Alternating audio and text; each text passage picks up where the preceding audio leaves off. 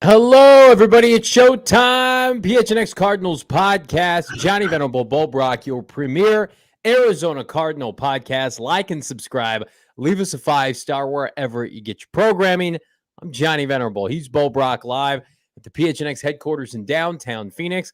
And my man Bulbrock, along with the Arizona Faithful Media, got you chatted up with Jonathan Gannon today. And both, thank goodness, Mike Florio of Pro Football Talk was there. You could ask some real questions. Yeah, I don't know what he's going to what he's going to write his little Sunday article about now that we've heard from Jonathan Gannon and the Arizona Cardinals coaching staff about this draft class, which was indeed just like bourbon for your soul. Just listening to these guys and then break down the draft class that was universally beloved from Monti Ossenfort was great. It was unbelievable to hear Nick Rallis. He went 3 minutes just breaking down BJ Ojulari and Garrett Williams. It was a great day. You got some great insight, not only from Alice, but also from Drew Petzing and then Jonathan Gannon, answering some tough questions about Isaiah Simmons.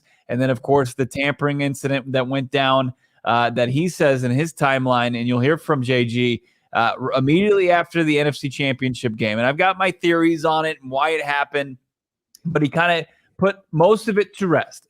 Now, it will never be to rest for the Philadelphia faithful, if that's what you want to call them. The organization that originated putting a jail cell in their stadium because they're such hooligans, the stadium infamous for booing Santa Claus and beating up opposing fan bases and throwing batteries and cheering injuries, that fan base, that salty fan base will never let go. They never will, and that's unfortunate because I think – what Philly is casting aside is their garbage. We are taking on is potential for a coach to stick around here in the desert. I've loved what I've heard from Jonathan Gannon from the very jump.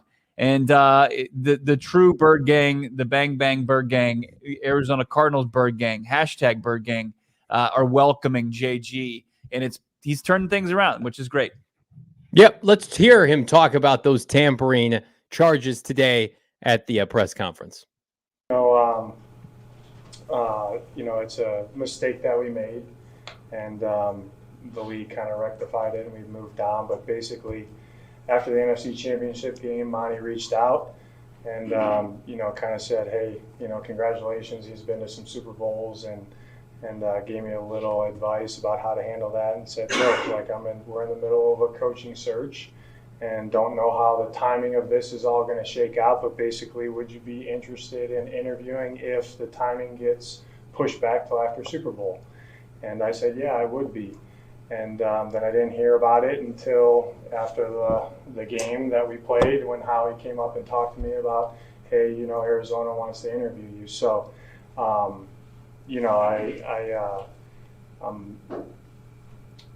was a mistake that we made. And I apologize for that.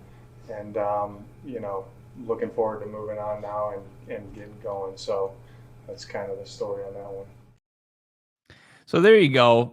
I mean, what else are you going to get from him? Howard Balzer followed up with some details. There was a report that he had Zoomed. It wasn't a phone call. JG said no. So I tweeted that video out from my Twitter account at Bo Brock, and it got picked up by some Philly fans.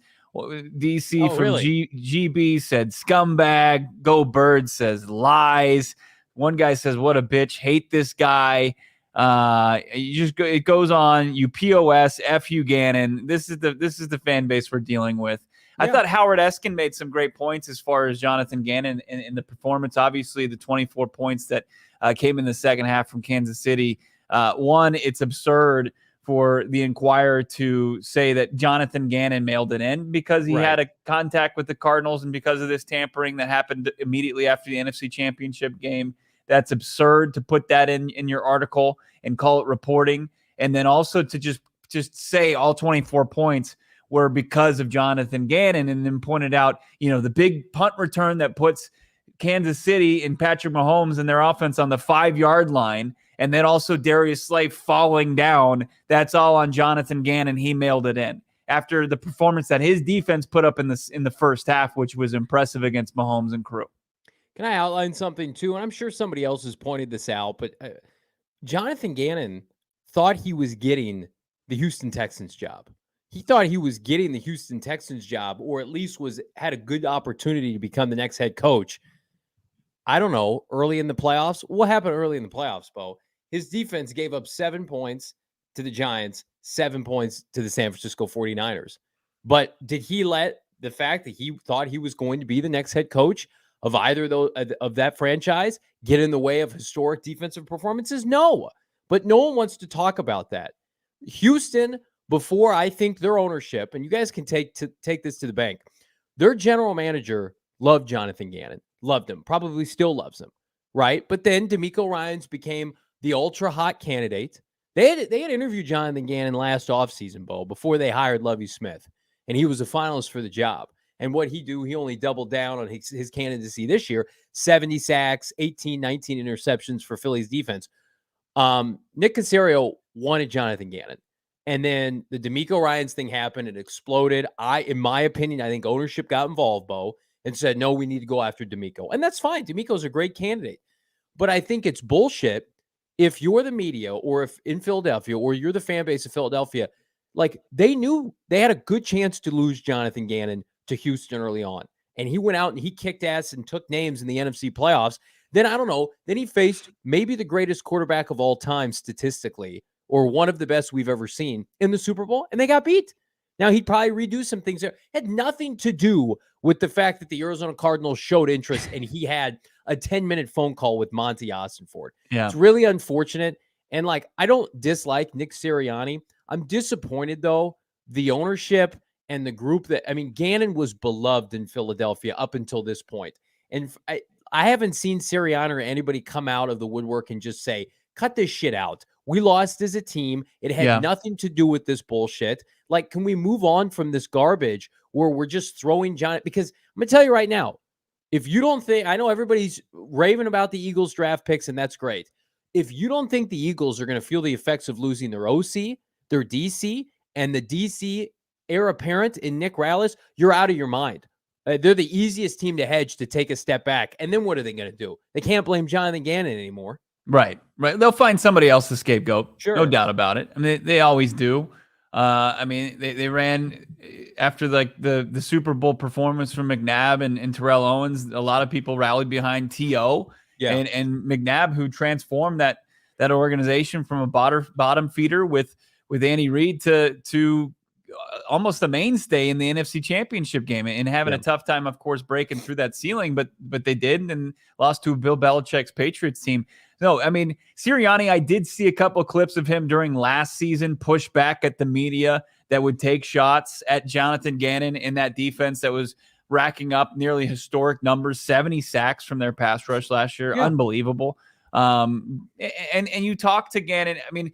I think sometimes when you give a lot of people information, especially in that market, they'll spin it to fit whatever narrative they want. And it's unfortunate. When somebody is it's refreshing here because the previous regime and coaching staff give us nothing, right? And then when I asked a question to Jonathan Gannon or any of his coordinators, whether it was Petzing today or Rallis, they gave us the answer and how they came to that answer. And there's a lot of substance there, and there's a lot of meat on that bone that you can then relay to the fan base, and fan base will know why they're doing certain things, why they're playing a person or why they're not playing a person, or why they're playing a person in a certain situation. So it's really refreshing, and it's the Arizona Cardinals fan base and the organization's gain. And if they want to remember this, if they want to try to scapegoat Jonathan Gannon, that's on them. They've also done a lot of other awful things in their history to some really important and impressive people throughout that organization.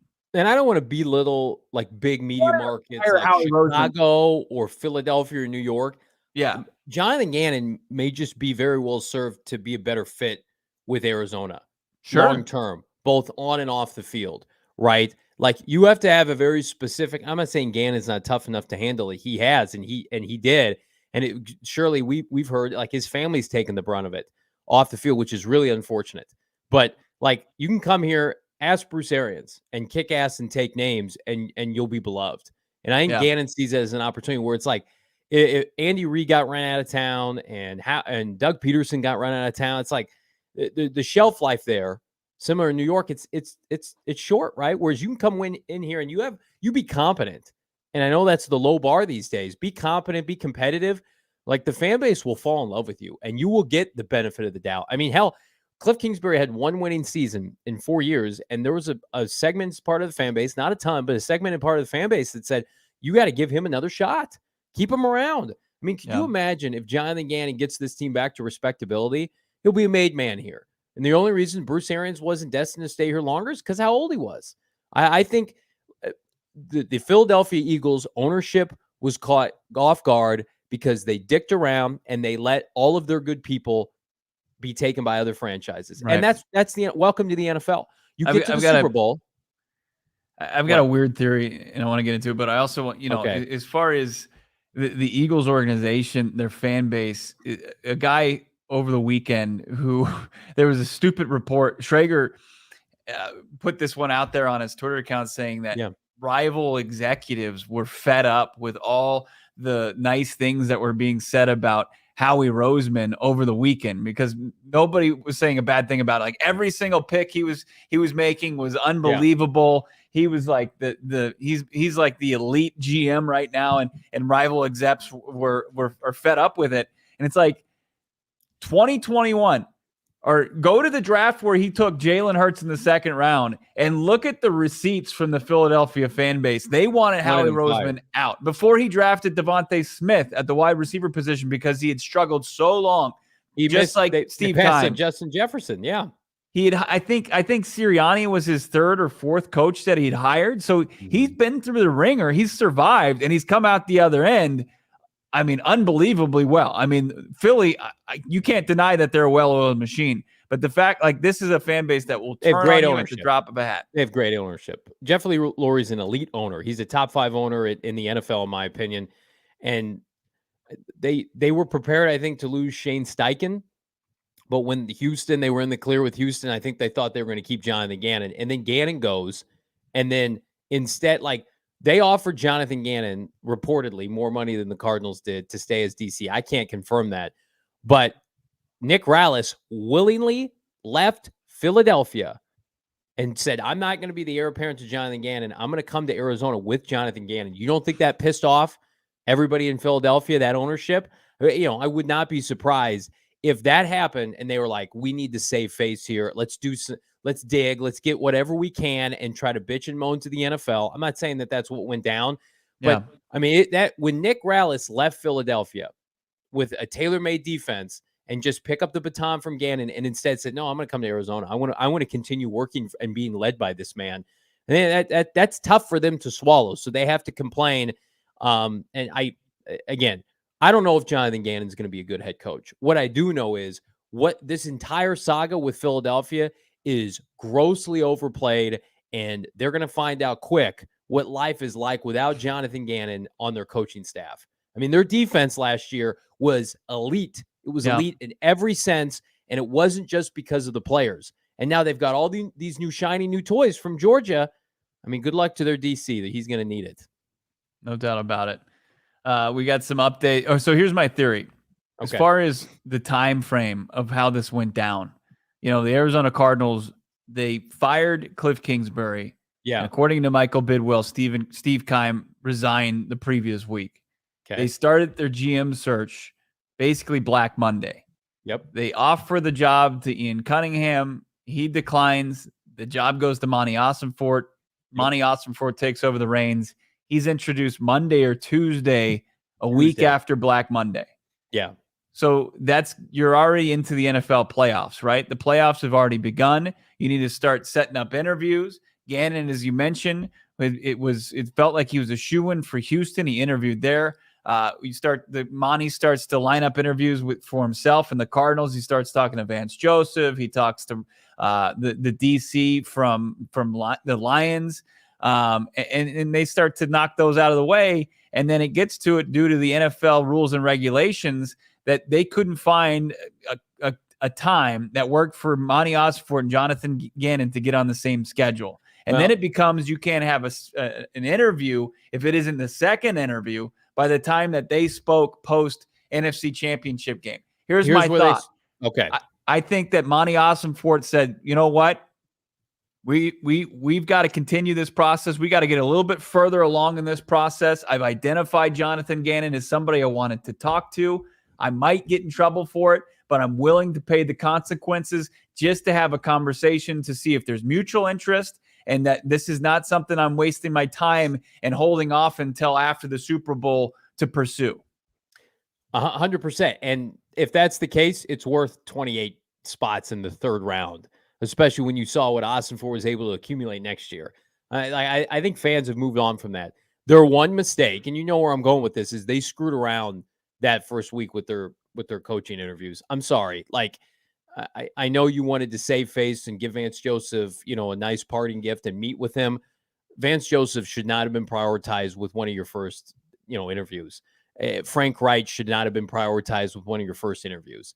If you loved Jonathan Gannon, he was on a short list, reach out and get him on the schedule so that you could plan accordingly. The Eagles, Bo, were the number one seed for a reason. Most people thought with their first round bye, they were going to have an opportunity to at least get to the NFC title game, to host the NFC title game. So that's where I'll put ownership on Monti Ossenfort because let's be real. He's influenced by Michael Bidwell. Hey, give Vance an interview.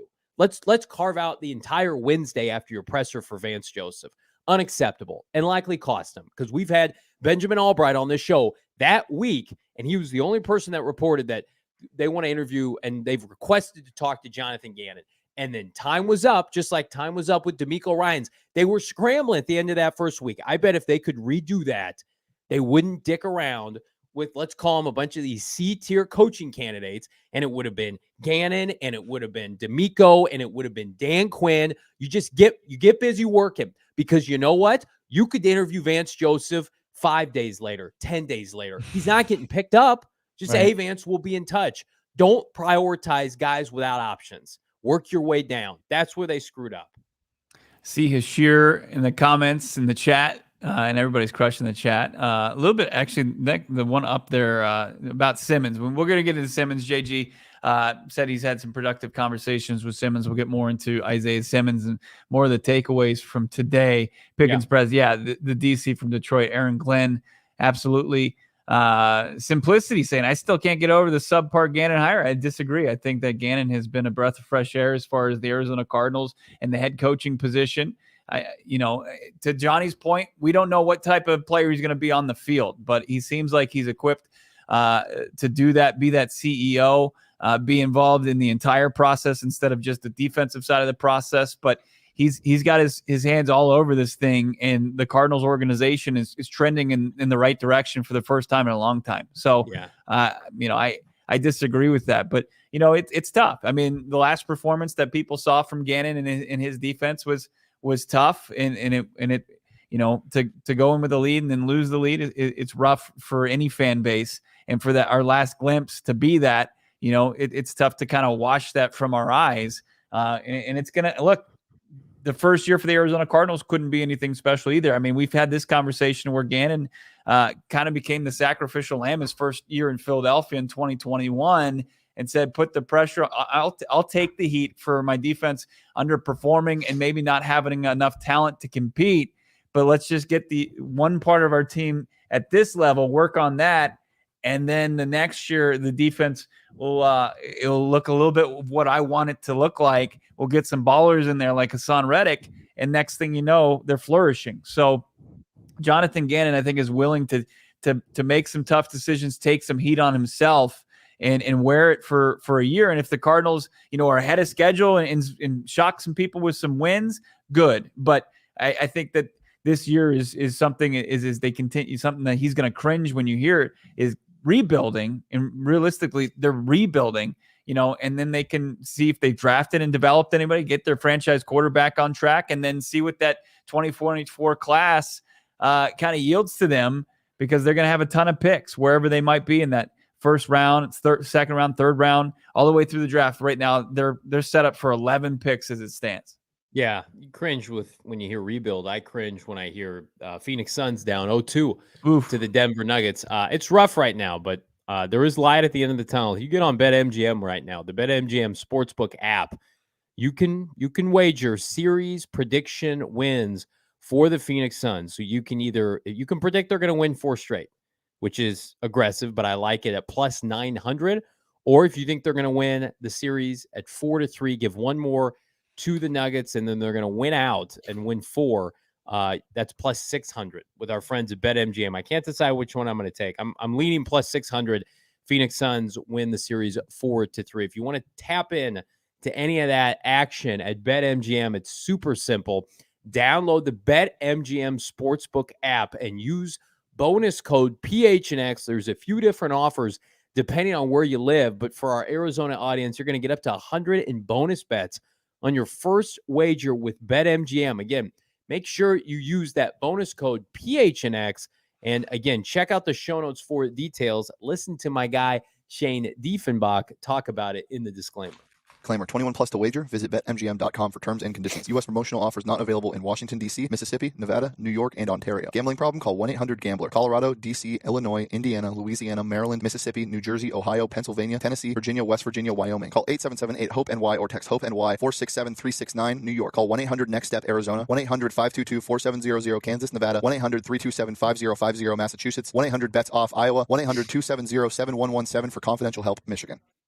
He's the voice of an angel. He does. Shane Diefenbach. Did we see this around draft time? A video surfaced of a man that looked a lot like Cardinals head coaching candidate throughout this offseason, Sean Payton, taking a bong rip. Did we see that?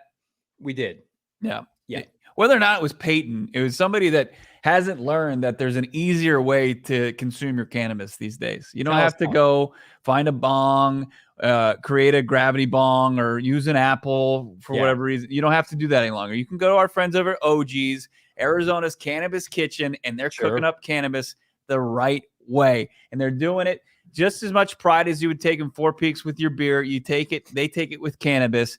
And they're truly making experiences and weaving it into the fabric of your PHNX, your Phoenix, Arizona living culture. It's unbelievable. Unbelievable flavors that you can get behind. They've got their strawberries and cream, which are elite. That's your Happy Balance gummy that they have. They have the sativas. They have the indicas. You can't go wrong with OGs. Everybody in their life knows somebody that could use some OGs. You see them firing up the old bong these days, say, hey, there's an easy way to do that. Here's a package of OGs. Just enjoy these delicious cannabis gummies that we have from our friends. Check out their full product line, their tropical flavors. They even have a sleep time gummy. You need some help getting to sleep, staying asleep? Well, check out their aquaberry flavored sleep time gummy. It's elite. Check it out right now, ogsbrands.com. Follow them on social at ogsbrands, and you can find them at your local dispensary. Even if you're way out there in the boonies like Johnny in Maricopa, they have dispensaries that has OGs. Got to be 21 years or older to enjoy. This is an interesting note. I didn't see this on Twitter today. Tyler Drake just put this out there. And, Bo, you probably heard this at the presser. Interesting nugget from Jonathan Gannon on the team's center situation.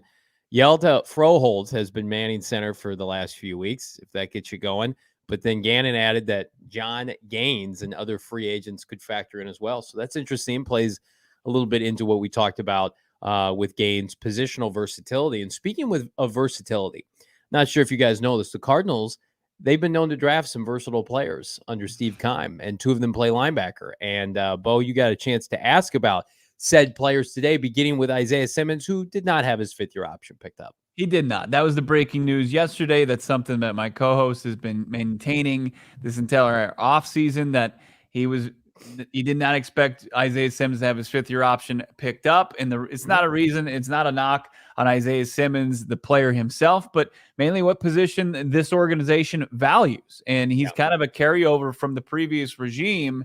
Johnny will say some colorful things, probably not nice about Simmons, but it comes down to Monti Ossenfort doesn't want to invest the $12.5 million in Isaiah Simmons at the off-ball linebacker position. It's just not something they're going to spend on that much money or a first-round draft pick on going forward. It just doesn't seem like it's in the cards.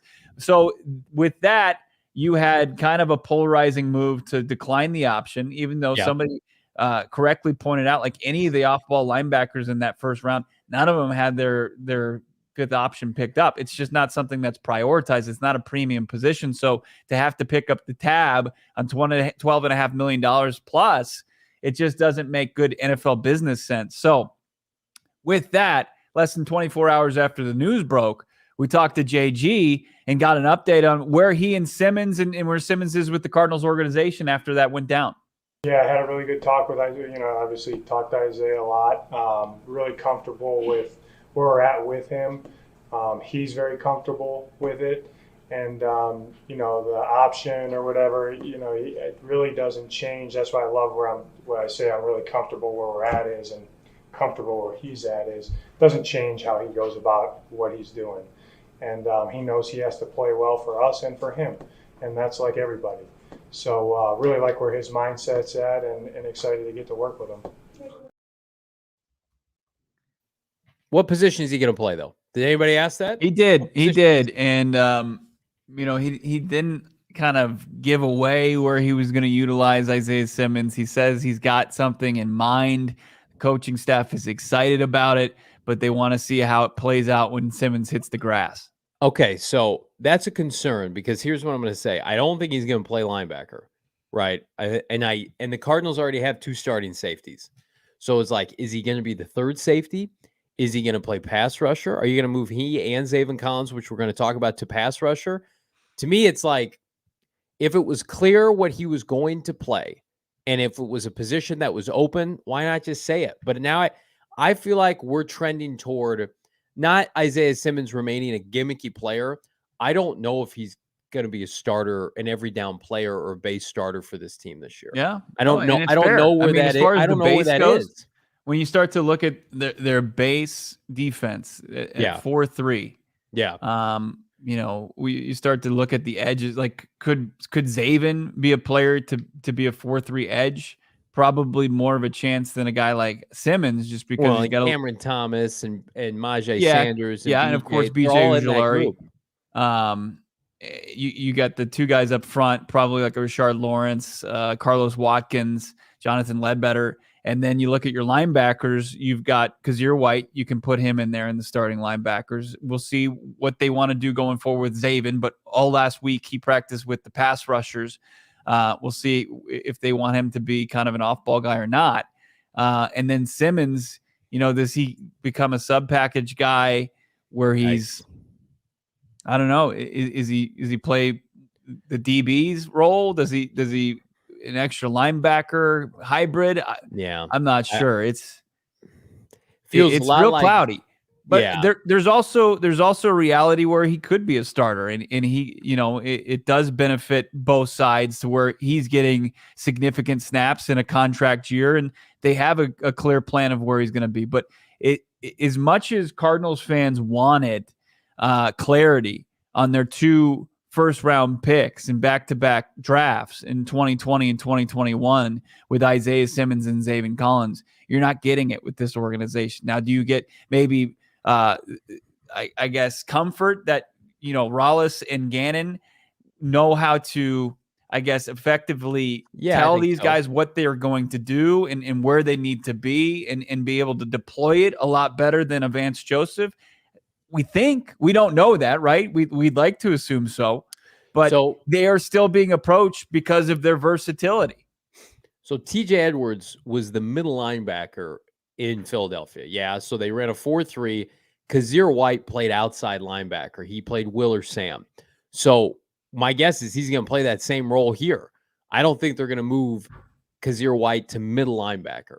So typically that middle linebacker is going to call the defense. Now there could be extenuating circumstances. Maybe you have a safety call the defense, but typically you want your linebacker to call the defense, the guy who's navigating the middle of the field. That position, by and large, is still up for grabs. Now, I don't think Isaiah Simmons is going to call the defense, but it's interesting because they have what I think are sure entities in the secondary. They've got Buddha and Jalen. All the corners know their role, right? I don't think you want to just thrust Isaiah Simmons in that group for the sake of doing it. I do think, Bo, of any position on the field, I'm not a buyer that he's a true edge rusher. I think he can rush the passer from the inside of the line of scrimmage, from the inside of the offensive line, bending outside against big tackles. I think he'd get eaten alive. I think Zaven's got a better chance, to your point. If any position's going to work, it's going to be off ball 4-3 outside linebacker. It's that opposite outside linebacker role to Kazir White. The Will? Yeah, if Kazir White's playing Sam, Isaiah should play Will. But again, who's in between those guys calling the defense? Is it Josh Woods that we've had on this podcast? Is it somebody else? Is it this kid out of Auburn? That'd be a lofty proposition. I wouldn't hate it though. Is it Zaven Collins? Well, but why wouldn't if Zaven Collins is calling your defense and he's the captain of your defense, Carlos Dansby style, like wouldn't you think the very first time you get on the field, it's like, all right, we got to cram it, Zaven. We got to get you. I don't know if he's. I don't think he's the green dot. I don't think that. But is he positionally there? I mean, it probably serves your defense better that is the same guy. It really is shocking. And then as far as you mentioned in Papo, that was somebody that Gannon said today that he was shocked that he was available when it came to. He's gonna play defensive snaps. Anybody who doesn't think that kid's gonna be on the field by Halloween or November for this team, Gannon, they love that kind of player. That kind of player who's undervalued, that's played big-time college football. It's everything that your philosophy of drafting linebackers should be. Ass kicker, knows the position, played the position, big-time college football program in Auburn, SEC, cheap, really cheap, like 4 years, and then you could rotate if you wanted to.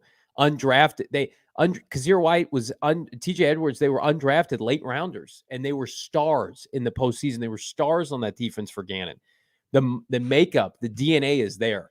So it does feel like, and we'll talk about Zaven here in a second, Bo, but it feels like we're treading water with the final 2 first-round picks from Steve Keim. Just like, can we make something out of this, or is it just let's get production, let's get a comp pick? As sad as that is, I really feel like that with Simmons that fits, but I do get the sense that they're very impressed with Zaven Collins' ability to pick up what they're throwing at him and really apply it to what they're doing drill wise. I know it's a big difference between practice in the game, and the biggest issue we've seen with Zaven probably is where he just needs to go react, and maybe he's thinking about it too much between his ears. But they really they really like what they can toss Zaven's way, and whether it's him playing edge, whether it's him playing linebacker, dropping in the coverage, rushing the passer. They think that he's been picking it up really quickly. So that's encouraging. Yeah. He's got the luxury of more time. It's not a ton of time because, as we kind of pointed out when I put you on the spot, it's like are you picking up Zaven's 5th-year option at the same deadline in 2024? It's tough. And I'd say that the odds are stacked against him just given what his true position is. Yeah, he could be a great linebacker in the scheme, but Gannon and company could say, well, we make linebackers on anybody. Why are we going to pay somebody big-time money to play linebacker for us? Translation, you're not going to do that. So maybe they're like, Zaven, in an effort to try to manage this thing, let's try to diversify your portfolio a little bit. Let's get you more meaningful snaps at positions that we value, like edge rusher, right? Especially when that Roombo, I mean, we like the young guys that they have, but nobody's proven yet. So my biggest concern, though, is calling the defense, consistency with the defense. But If Gannon is comfortable with interchangeable fronts, then I'm comfortable with it too. I don't think the Cardinals defense, and here's what I'll give Zaven and Isaiah love, is like they're not talented enough not to have those guys on defense for them. Sure. They're just not. Like even if they don't fit a role, Gannon talked about it at nauseum after he was hired. He's like, I'll make roles for these guys. I'll get them on the field and highlight what they do well instead of mitigating what they can't do. Or Vance Joseph was the king of that. It's like, well, you can't do what I want you to do, so you're not going to play. Yeah. And that was a problem. That's the anti-Gannon. Monti didn't light it up this offseason and like going and filling needs with, top talent that was available. And there wasn't a ton of top talent, right? And Ben Neiman, we weren't doing that. Right. I think that this is where he did very well, is that he potentially put this defense in a position to where you got Kaiser White playing the off-ball linebacker spot, one of them, right?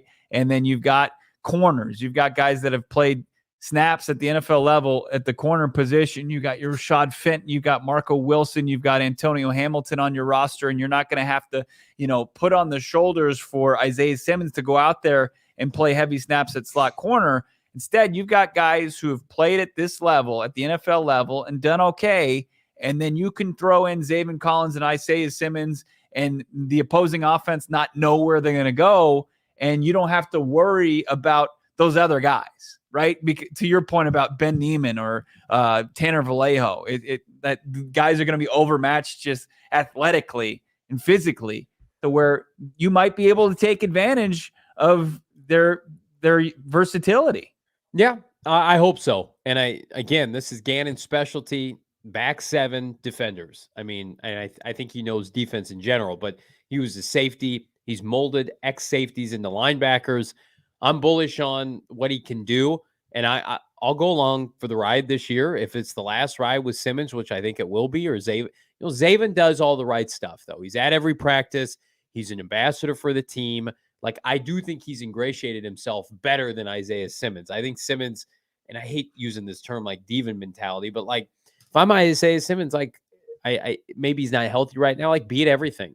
Go and be around your teammates. He wasn't at the uniform unveiling. We don't know the rationale for that, right? And to me, I think the likability is more so with somebody like Zaven Collins. You saw him with J.J. Watt. I don't know how Isaiah Simmons is with his teammates. I'm sure he's well liked. I think this goes into the old, like the famous Mike Tyson quote, like everybody has a game plan until you get punched in the mouth. And I think like taking away Isaiah Simmons' money, messing with his money, his financials, and taking away $12.5 million that no doubt should have been a layup to get, right? But despite the previous coaching staff and dysfunction within the front office and other variables that go into that, and what the new front office values and what it doesn't, it's a wake up call to say, you likely don't have a future here, but your NFL future, you have to play for it this year. Your destiny is controlled by how well you play this season. And that's got to be that has to be a big motivating factor. Otherwise, you better start making plans for after football.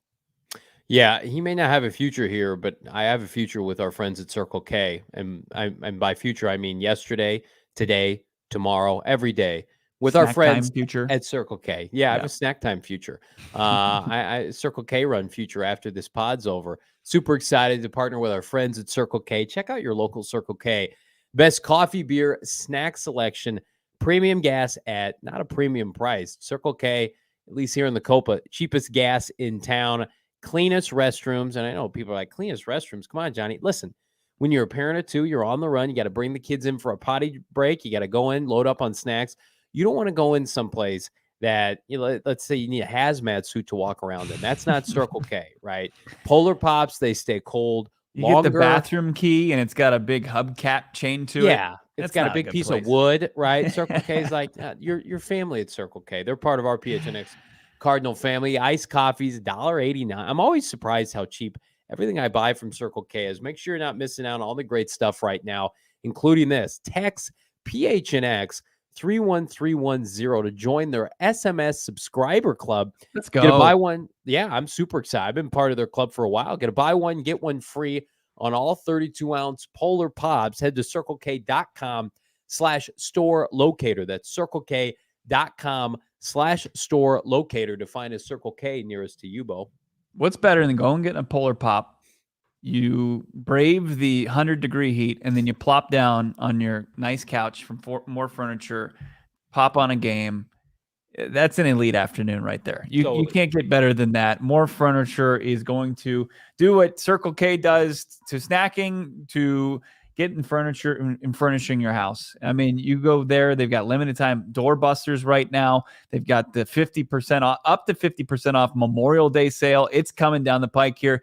Check everything out at morefurniture.com. Get some stuff for your living room, your dining room, your kids' rooms, your office, your entertainment centers. They've got mattresses, everything that you need to get your place, your apartment, your condo, your house dialed in with the best looking furniture and most comfortable furniture. Morefurniture.com. Save best on the great furniture in the valley with More Furniture and take advantage of the white glove delivery. It's unreal. Morefurniture.com.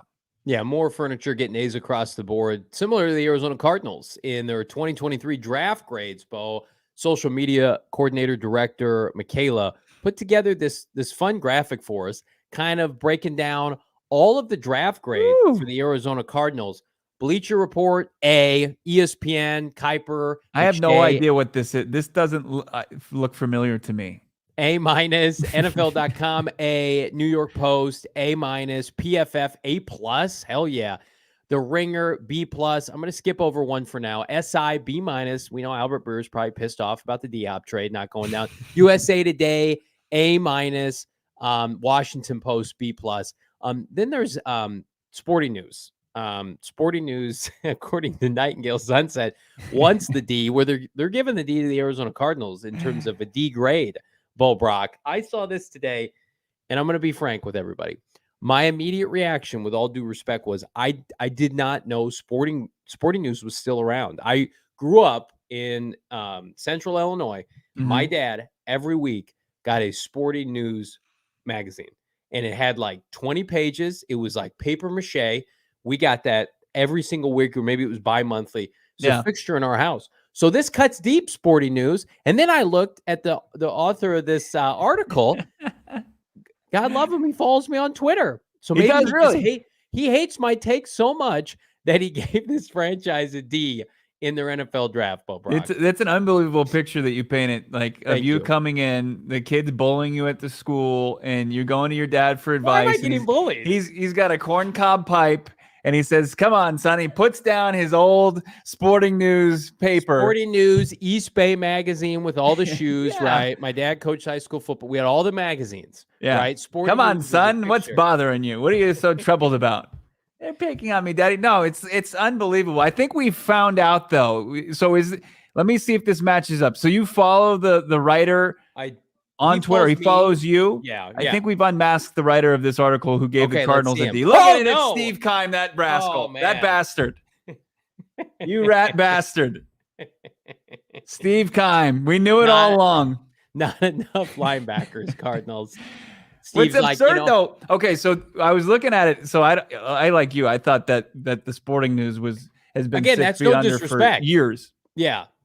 And but then I looked it up. They actually have a fully operational website. It's great. Nice. They've got articles and everything. So I looked into the draft rankings, and this was the analysis from the writer and why he gave the Cardinals a D. The analysis with the Cardinals went into trade down mode to stockpile for new coach Jonathan Gannon and new GM Monti Ossenfort. But this is a very underwhelming outside of Ojulari and Williams, including a bit of a forced luxury pick in Johnson, prompted by Kyler Murray. Wilson, Gaines, and Toon were shaky selections in the middle with mild rebound with Papo and Clark. This guy had the Lions 6th. He had the Lions just barf-inducing draft class of a running back in the top 10, the second running back off the board. I'm sorry, at 12. And then an off-ball linebacker at 18 with Christian Gonzalez on the board. He had it 6th. Hendon Hooker couldn't fix that draft class and make it a top 10 draft class ever. This guy had him 6th. Agent 47 is right. K1 hater over here. He saw the clip of Kyler Murray wanting Paris Johnson Jr. He thinks that Monti Ossenfort drafted Paris Johnson Jr. because Kyler Murray told him, and then said a left tackle, when you don't have a left tackle of note under 30 that's not broken down because he's had a bunch of NFL snaps. A luxury pick. And you take a luxury left tackle out of Ohio State. No. A luxury pick is an off-ball linebacker, tweener star linebacker out of Clemson after you, in 2019, you were under 500. That's a luxury pick. Paris Johnson Jr. is a cornerstone building block left tackle. And, oh, by the way, you heisted the Houston Texans for their one next year. Everybody and their mother has the Cardinals and the Houston Texans finishing 1-2 in the NFL next year. Heist. It's a heist, but it's also a luxury. That's a hot take. To each their own. Everybody's entitled to their own opinion, as wrong as it is. No, that is a horrible take. And just like the sporting news, as far as this guy and how he builds rosters, it's from like 1995. Running back, linebacker in the first round. He has the Lions 6th, and he's underwhelmed by the Cardinals. And let's take inventory again of what he said about the Cardinals. He said it was a luxury pick at tackle, a premium position in the first round. He liked Ojulari second, and he also liked Garrett Williams third. So he liked 1, 2, and 3, even though he called Paris Johnson a luxury. And then he thought that they missed on Wilson, and they missed on Gaines, and they missed on Tune. But then he kind of thought they had decent picks at the back end. So, I mean, he likes 5 or 6 of their 9 picks, and he's underwhelmed? It doesn't add up. You get maybe he's not including the future 1s and 3s as a part of like his analysis, and he's just going off of the players. Like, we've outlined this for months. There are about 10 to 15 first-round caliber players in this draft. Paris Johnson Jr. was definitively the best tackle in this draft. And the Cardinals got him with a future 1, and they were picking 3rd. And they didn't have a trade partner that wanted to come up for a quarterback, and they still made it work. It's unbelievable. But we can take solace one more time, Emma. Let's see that graphic. Let's bask in the glory. Sporting news aside, from all the A's, a report card that I never had, A's and a couple high-ranking B's, Monti Ossenfort making his mark, building the Arizona Cardinals, rightfully so, through the NFL draft. Sustainability and success, Bo, coming the Cardinals' way? Oh, it certainly feels like it. More drafts like this, I think it's just going to translate to future sustainable success. It is. I too have not seen a report cut like that. I've seen a lot of D's. I've seen my report cards rival the Arizona Cardinals team report cards from the NFLPA more so. I didn't know F minus existed, but yeah. I mean, Monti Ossenfort, he's the old madman. If he ever thought about sporting news, like many of us hadn't in a long time, that he might complain about a D because it's messing up his draft grades, but just an overwhelming consensus success for Monti Ossenfort. And, to a lot of people's points in the chat, Steve Keim never put forth a draft like this. I mean, you have to think back, was it the Marcus Golden draft where he had maybe 3 picks that were contributors, and maybe the Kyler draft where he goes Kyler, Byron Murphy, and Zach Allen. But outside of that, it was few and far between. Yeah, with Arians, he was always good for like one player to come out of the draft class and produce. Then when Bruce Arians left, it was like throwing shit at the wall and seeing what sticks.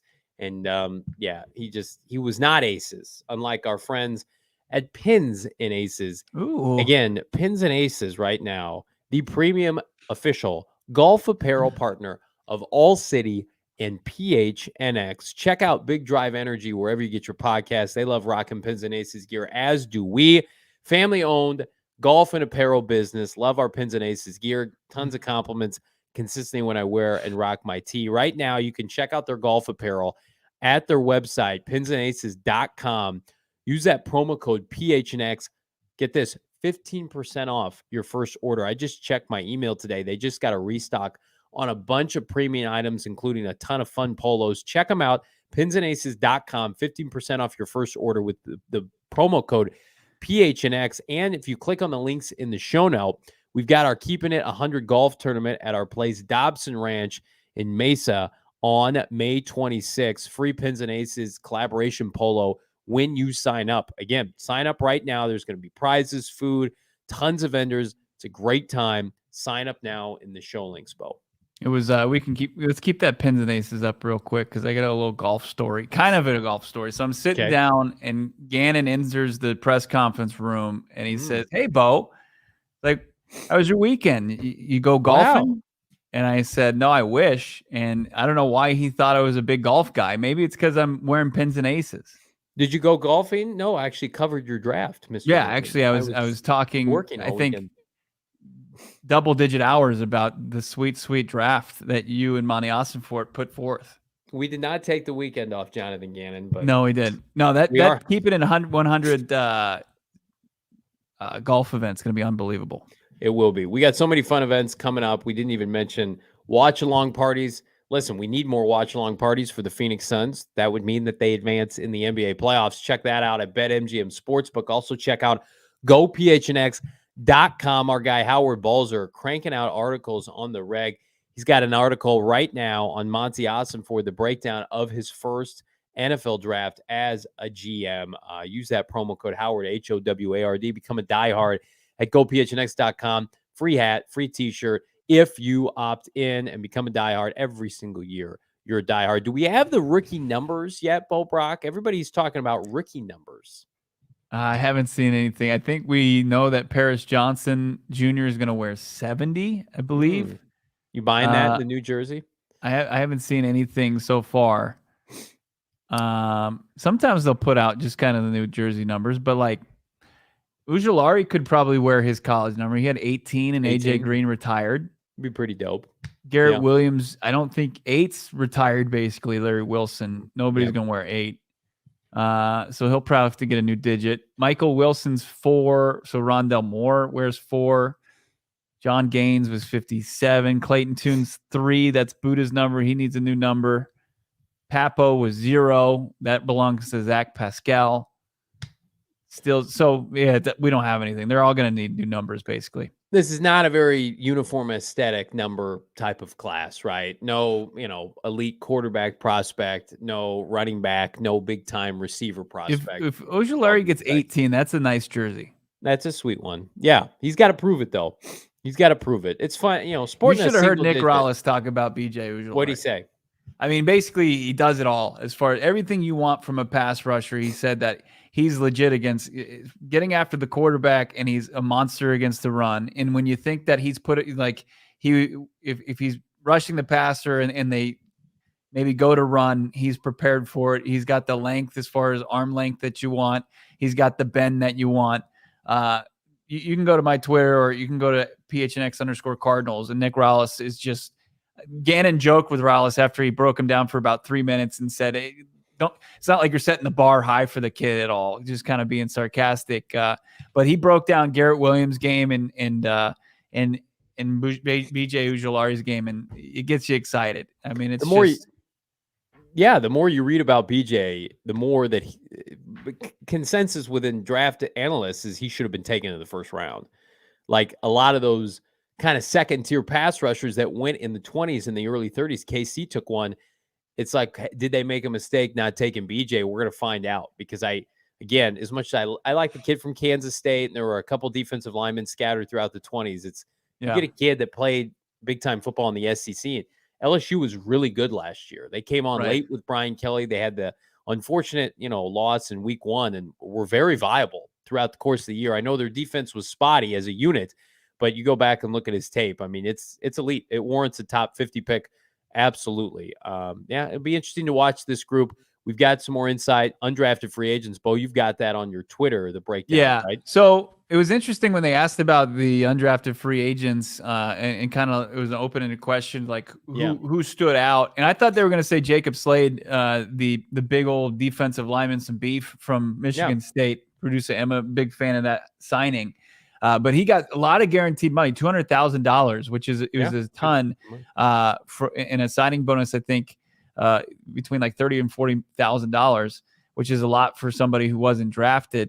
So you think that they would mention him first, but what Rollis said out of the jump was he's a big Soleil fan. He likes the kid coming out of Arizona State and getting his kind of work him out and work with him. in a private workout before the draft, and then for him to come in and get this kind of stick around in the Cardinals' backyard in Tempe and try to pursue a professional career. I was interested that he brought him up because I was kind of brushing that off. Like you hear our PHNX Sun Devils crew talk about how legit he was and what he, as far as he's Captain America and he does everything right. And then you ask, what does he do on the football field that's great? And they really can't pin it down. So it's like, so is he just an elite? Not even elite. Like I think he was like second team all conference. According to our guy Anthony Totri. So how's it going to will it translate to the NFL? I'm not so sure, but I was shocked that was one of the guys he brought up. And we always are a little bit skeptical when it's the local product getting all the pub. It's like, shit, man. We saw Eno Benjamin produce for this team, and he was gone in a week, right? He's Eno 2.0. If he was leading, but if he can slide to practice squad and get a year, maybe learn the ropes a little bit. I mean, we've seen undrafted guys. I mean, it's not TJ Edwards coming out of Wisconsin. That's a little unfair to put that expectation. But I see Hashir saying Kyle Soule is versatile as fuck. That's good. I think that's a compliment. Yeah, absolutely. I mean, especially when you look at what they look for in linebackers with this team. Soule, if he can up it with the athleticism at the next level, sure. Well, here's his benefit: is he's played just like a bunch of these other guys a ton of college football. Hasn't he been in Arizona State for like 5 years? He was there forever, I feel like. And who's the linebacker from Arizona the Cardinals took as an Scooby Wright? Was it Scooby Wright? They didn't draft. The Browns drafted Scooby Wright, and he fizzled out immediately, and then they picked him up. Got him. Scooby Wright was a top 10 darling before that season, and then he became undrafted darling. Was he a seventh round pick? I can't remember if he was undrafted. Like, that's what it makes me think of. With all due respect to this kid, it's like, is this another Scooby Wright? Scooby Wright had like 190 tackles. He was unbelievable. He was an absolute monster. It was like sophomore year, and then you're right. Junior year comes, and not as big a year. No, but he won the Pat Tillman Pac-12 Defensive Player of the Year, and then next thing you know, he's in and out of the league. I think he might be still hanging on in like the USFL or XFL. Good for him, man. I trust Gannon and Rollis with linebackers like that. Rollis knows linebackers. He's smart as hell. That was the most uninspiring good for him, man. That was like, are you effing serious? Kind of. Scooby Wright would just beat my ass if he saw me. He's an enormous human being. I'll never forget looking at mock drafts that year, and I'm like, what's this kid from Arizona? They got a kid going top 10, and then the season started. I'm like, oh, this is evening out real quick. He's slowly falling down the ranks, but best of luck to Scooby Wright and this kid out of Arizona State. Listen, I hope he does well.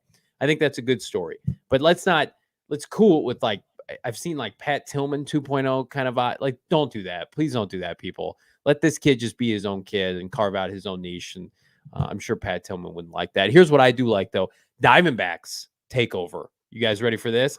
I think it's Mañana. Hello, takeover. I'm sorry, May 11th at 6:40. By Mañana, I meant May 11th at 6:40. 9 days. 9 days from now, Arizona taking on the San Francisco Giants. $32 if you're a diehard, by the way. $40 full price. Get a ticket to the game. Pre-meet up at Four Peaks. This sounds fantastic. The draft room at Chase Field. Having a great time. Again, you get a ticket to the game. You get a pre-game meetup at Four Peaks in the draft room at Chase Field for a big-time divisional matchup. Giants aren't very good. Diamondbacks, way ahead schedule. You love to see it. You love to see it with our guys, Jesse and Derek. PHNX Diamondbacks podcast. One of many. Did you see Derek's purple hair? I saw he was getting his hair done, but I didn't know he was going full-blown purple. Do we have a picture of it? I don't know. It's actually going to be live on the show. Okay. Yeah, so we haven't revealed it to the public yet. It's known that he got it done today, but if you want to tune in, the Diamondbacks are doing a post game. So that's big time. That is. It happened. The fact that they got to the number that Derek put out there that he thought he was probably going to be safe from, and I've seen it. Is it purple? Or is it like purple highlights? I don't know. I don't want to spoil anything. Okay. It's something. Yeah. It's purple. Check. What time's Diamondbacks go live? Give it like 2-3 hours. Yeah. Okay. So So whenever the game's over, they'll go post, and you're going to be wowed. So go get Circle K, go get your snacks, check out Diamondbacks, and check out PHNX Diamondbacks. In the meantime, like and subscribe for this podcast. Bo Brock, Johnny Venerable. We're off tomorrow. We get a day off. Look at that. We're back on Barring any Thursday. breaking news. Oh, Jesus. Don't say that. Come on now. We love you all. Coming off a huge month. That's because of all of you. Take care. Have a good night, everybody.